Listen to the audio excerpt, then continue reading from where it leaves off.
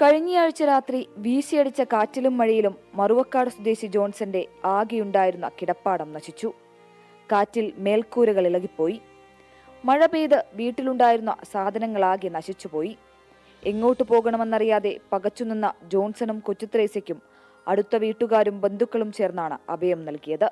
കഴിഞ്ഞ ദിവസം ഉണ്ടായ മഴയിൽ ശക്തമായ കാറ്റ്, ചുഴലിക്കാറ്റ്, കൊടുങ്കാറ്റായിരുന്നു.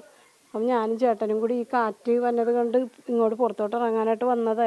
ചേട്ടന് വയ്യാത്തതുകൊണ്ട് അവിടെ കസേരയിട്ട് കൊടുത്തിട്ട് അവിടെ വന്ന് ഇരുന്നതേ ഉള്ളൂ. അപ്പം തന്നെ ആ ബാക്കിലെ ഷീറ്റ് വന്ന് ഞങ്ങളുടെ മുമ്പിലായിട്ട് വന്ന് വീണു. അപ്പുറത്തെ വീട്ടുകാർ അങ്ങോട്ട് ഞങ്ങളെ വിളിച്ച് അങ്ങോട്ട് വാന്ന് പറഞ്ഞിട്ട് ചേട്ടന് സ്ട്രോക്ക് വന്നുകൊണ്ട് നടക്കാൻ വയ്യ.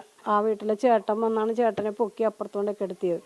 പെയിന്റിംഗ് തൊഴിലാളിയായിരുന്ന ജോൺസൺ 2 മാസം മുൻപാണ് സ്ട്രോക്ക് വന്ന് കിടപ്പിലായത്. അതോടെ കുടുംബത്തിന്റെ ഏക വരുമാനവും മുടങ്ങി. മരുന്നിനും മറ്റാവശ്യങ്ങൾക്കും പണം കണ്ടെത്താനാകാതെ കഷ്ടപ്പെടുന്ന അവസ്ഥയിലാണ് ആകെയുണ്ടായിരുന്ന കിടപ്പാടം കൂടി കാറ്റും മഴയും കൊണ്ടുപോകുന്നത്. ഞങ്ങൾ പഞ്ചായത്തിൽ നിന്ന് പ്രസിഡൻ്റൊക്കെ വന്നിട്ടുണ്ടായിരുന്നു. അപ്പം ഞങ്ങൾ പറഞ്ഞു ഞങ്ങൾക്കൊരു ഷെഡാണ് അത്യാവശ്യം വേണ്ട, എല്ലാ സാധനവും നശിയണേ, അലമാരി ഡ്രസ്സൊക്കെ മൊത്തം നനഞ്ഞ് ഒന്നും എടുക്കാൻ പറ്റണില്ല.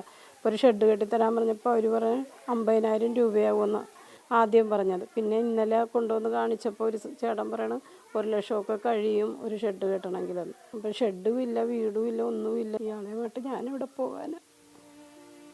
ജോൺസണും കൊച്ചുത്രേസ്യയ്ക്കും കയറിക്കിടക്കാൻ ഒരു ഷെഡെങ്കിലും വേണം. ഇടിഞ്ഞു പൊളിയാറായ ഒരു ചെറിയ മഴ വന്നാൽ വെള്ളം കയറുന്ന വീട്ടിൽ മഴക്കാലത്ത് ധൈര്യത്തോടെ കയറിക്കിടക്കാനാവില്ല. ഈ ദുരിതക്കയത്തിൽ നിന്ന് കരകയറാൻ അധികൃതർ കനിയണമെന്നാണ് ഇവരുടെ ആവശ്യം. 24 കൊച്ചി.